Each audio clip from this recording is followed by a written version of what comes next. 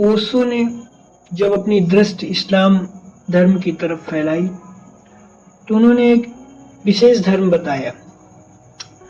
आज की दुनिया में हम देखते हैं कि इस्लाम धर्म को अक्सर आतंकवाद से जोड़कर देखा जाता है। रूढ़िवादिता इसमें भरी हुई है, इस पर भी विवाद है और इस पर भी लोग अपनी तर्क रखते हैं।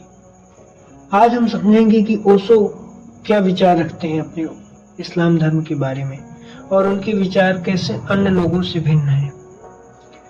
ओशो जब किसी धर्म विशेष की बात करते हैं तो उसकी गहराई में जाते हैं, समझते हैं, उसकी सकारात्मक और नकारात्मक बिंदुओं पर चर्चा करते हैं।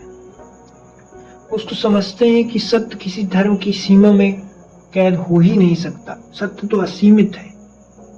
और जब इसी बिंदु पर ओशो चर्चा करते हैं तो वह धर्म की गहराई में भी जाते हैं।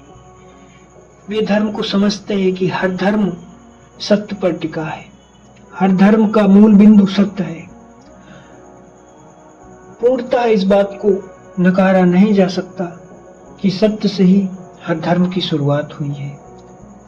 यह भी है कि कुछ धर्म बाद में आगे चलते हुए रूढ़िताओं को अपनाए, विभिन्न तरह की डॉगमाज, सुपरस्टिशंस को अपनाते चले गए और इस तरह से कट्टरवाद, फंडामेंटलिज्म, कुछ ऐसी चीजें उसमें बढ़ती चली गई जो धर्म विरोधक थी, धर्म के अनुकूल नहीं थी। इसी पर ओशो कहते हैं कि इस्लाम की जड़ में समर्पण है। आखिर इस्लाम शब्द का अर्थ ही आत्मसमर्पण। मोहम्मद पैगंबर का संदेश भी है कि ईश्वर एक है और उसके आगे अहंकार को छोड़कर समर्पित होना सीख जाओ। अगर तुम समर्पित होना सीख गए तो तुम्हारे अंदर जो भावना उत्पन्न होगी, समर्पण की भावना होगी, उसमें द्वेष नहीं होगा, उसमें लोभ नहीं होगा। जब इस तरह की भावना उत्पन्न होगी, जब इस तरह का समर्पण तुम्हारे अंदर आएगा तो वह इस्लाम धर्म के शिक्षाओं पर निर्भर होगा, इस्लाम धर्म की शिक्षाओं से निकला होगा। ओशो इसे धर्म की सबसे बड़ी खूबी मानते हैं। जब मनुष्य का अहंकार टूटता है तभी प्रेम, शांति और भाईचारे का जन्म होता है। ओशो ने इस्लाम धर्म की कुछ अच्छाइयों पर चर्चा की है, जैसे कि समानता का भाव है। यह तो है कि इस्लाम धर्म में समानता भरी हुई है, सबको समान दृष्टि से देखा जाता है, चाहे वह ऊंचा हो या नीचा हो। एक ईश्वर को माना जाता है और सबको समान धर्म में, जैसे हिंदू धर्म में जाति की बुराइयां मौजूद हैं, स्ट्रक्चर बने हुए हैं और हायरार्कीज हैं जाति व्यवस्था में और जाति के अंदर जाति है, परंतु इस्लाम धर्म में समानता है, हर व्यक्ति समान माना जाता है। ओशो कहते हैं कि यह अद्भुत संदेश है। ईश्वर के सामने कोई ऊंचा नीचा कैसे हो सकता है? सब कोई समान है, सब कोई एक है। दूसरा संदेश ओशो की नजर में इस्लाम धर्म में नजर आता है, वह है अनुशासन और भक्ति। अनुशासन बहुत है इस्लाम में। अमीर गरीब हो या फिर राजा या भिखारी हो, सब एक पंक्ति में बैठकर नमाज पढ़ते हैं, सब एक पंक्ति में रहते हैं। ओशो कहते हैं अद्भुत संदेश है। यह भी है कि अनुशासन साधना की ओर ले जा सकता है और जब अनुशासन होता है तो एक विशेष तरह की ऊर्जा आपके अंदर उत्पन्न होती है।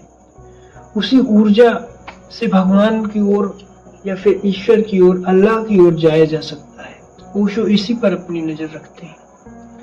ओशो की नजर में तीसरा जो चीज है जो इस्लाम से निर्मित हुई है, जो ज्ञान की बातें हैं, वह है भाईचारा और उम्मा की भावना। उम्मा यानी एक, मान लीजिए परिवार की तरह एकता जिसमें दिखाई देती है। तो ओशो इसे प्रेम और सहयोग की ताकत मानते हैं। और इस्लाम में सादगी तो है ही, दिखावे से दूर की भावना है और ध्यान तो इसमें बेहद ही प्रमुख। सूफी जो धर्म या फिर सूफी संप्रदाय जो निकला है वो इस्लाम धर्म से निकला है, उसी की एक शाखा है। इसमें ध्यान पर जोर दिया गया है, इसमें मदिरा पान का विरोध किया गया है, इसमें सिर्फ एक ईश्वर, एक अल्लाह की कल्पना की गई है और ऐसी कल्पना, इसमें संदेह उत्पन्न नहीं होता। ऐसे ऐसे ईश्वर को माना जाता है जिसमें सिर्फ एक बिंदु पर निर्मित होता है। और जब ऐसे ईश्वर को माना जाता है तो उसमें समर्पण ज्यादा होता है, उसमें भक्ति ज्यादा आती है। इसी पर इस्लाम टिका हुआ है। इस्लाम की मक्का और मदीना से लेकर जो भी चीजें हैं वो बेहद ही कट्टर हैं। कट्टर कही जा सकती हैं एक तरह से नकारात्मक रूप में, परंतु ये इस्लाम में एक तरह की एक समानता वाली भावना, एक तरह से इस्लाम को पूरी दुनिया में जोड़े भी रहती है। इसी चीजों को ओशो ने इनको बुराइयों को भी इस्लाम की सम्मिलित किया है। वे कहते हैं इसमें कट्टरता बहुत है।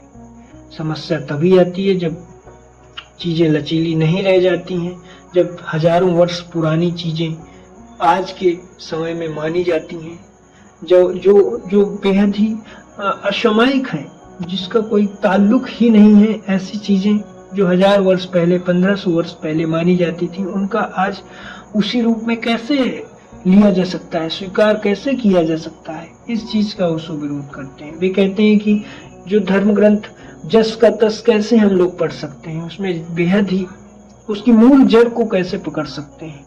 इसी से हिंसा और टकराव का भी जन्म होता है। जैसे जो भी आयतें हैं इस्लाम की, कुरान की, उनका पूर्णतः जस का तस ले लेना, ये आज के समाज में जब समानता देखते हैं हम लोग, उसके विरोध में उत्पन्न होती हैं।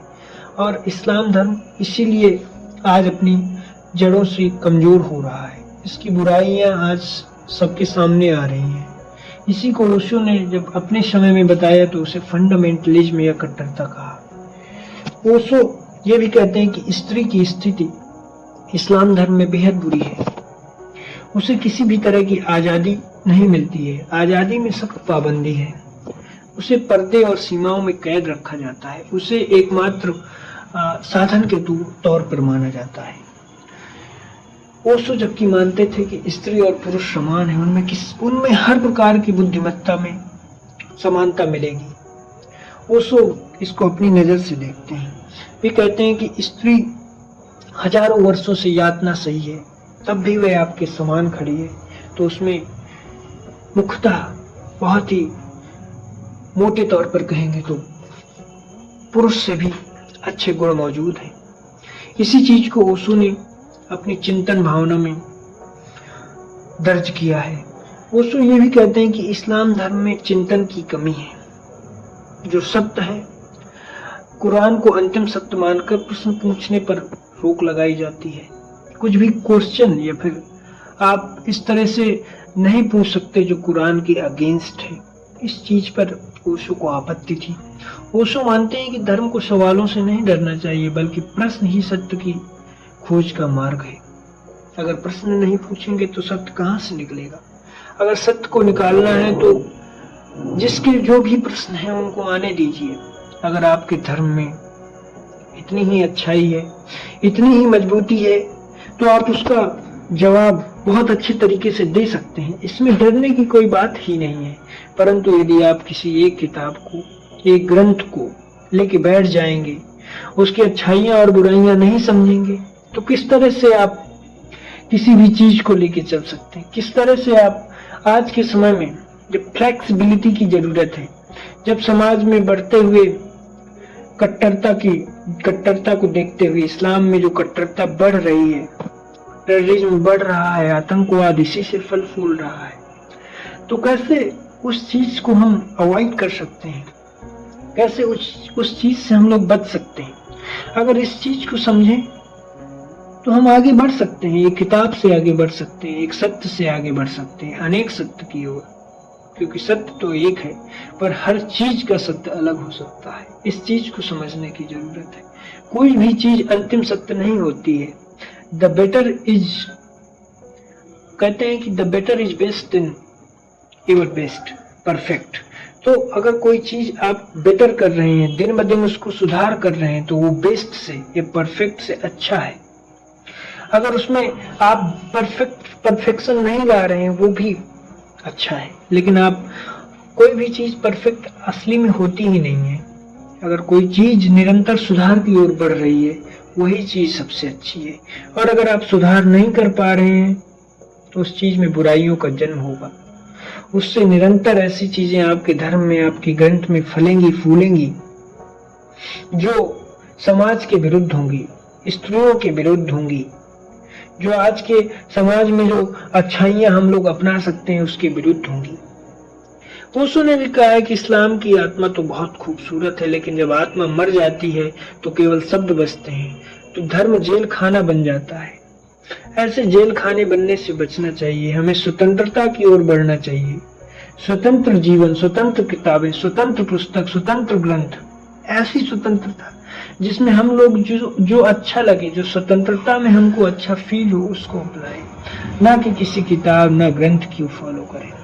उन्होंने यह भी कहा है कि जिस प्रकार हिंदू धर्म, इस्लाम धर्म या फिर बौद्ध धर्म में विकृतियां आई हैं, तो इसी तरह से ईसाई में भी विकृतियां, जैन में भी हैं, परंतु दोष यहाँ पर धर्म का कहा ही नहीं जा सकता। मनुष्य की समझ का है। मनुष्य ने समय के साथ अपने आप में परिवर्तन नहीं किया। मनुष्य ने उस चीज को नहीं अपनाया जो समय की जरूरत थी, इसीलिए इस तरह की बुराइयों का जन्म हुआ। धर्म को युद्ध का नहीं, प्रेम का साधन बनाओ। धर्म तो बहुत अच्छी चीज है। धर्म तो ऐसी चीज है जो सुधार लाती है। धर्म कोई युद्ध की वस्तु है ही नहीं। धर्म तो वो है कि आप जो कर रहे हैं वो आपका धर्म हो जाता है। जो आप अच्छा कर रहे हैं वो आपका धर्म हो जाता है। जिस वस्तु में आपकी आस्था है वो आपका धर्म हो जाता है। धर्म तो हमें अच्छा ही सिखाता है। मनुष्य में मनुष्यता का जन्म अगर कोई करता है तो वो धर्म है। अगर इंसानियत से किसी चीज को भरता है मनुष्य में तो वो धर्म है। धर्म कोई लड़ने की वस्तु नहीं है। धर्म तो एकता लाती है, ना कि ऐसी चीजें जिनसे समाज में फूट पड़ती है। समाज तो एकता चाहता है और धर्म उसका साधन बन सकता है। इस्लाम का असली सार तो समर्पण है, समानता है, भाईचारा है। कट्टरता कहाँ से आ जाती है? वहां हमें सजग रहने की जरूरत है। धर्म का मतलब स्वतंत्रता होता है, कहीं कैद नहीं। स्त्रियों को कैद कर देना, एक किताब के ज्ञान में कैद हो जाना या किसी भी तरह से कट्टरता को अपना लेना पूर्णतः धर्म के विरुद्ध है। धर्म तो स्वतंत्र करता है। ये बंधन आए कहाँ से? इन बंधनों का मूल क्या है? इस चीज को जब हम लोग समझेंगे तो ओशो के विचार बेहद स्पष्ट नजर आएंगे और इसी स्पष्टता पे मैं आगे भी बातें करता रहूंगा। आगे भी कई विषयों पर मैं ओशो के विचार रखूंगा। इसी तरह से जुड़े रहने के लिए इस चैनल को लाइक और सब्सक्राइब करिए और इस वीडियो को ज्यादा से ज्यादा शेयर करिए, ताकि ऐसे ही विचारों से, ऐसे ही नए विचारों से मैं आपको अवगत कराता रहूं। बहुत बहुत धन्यवाद।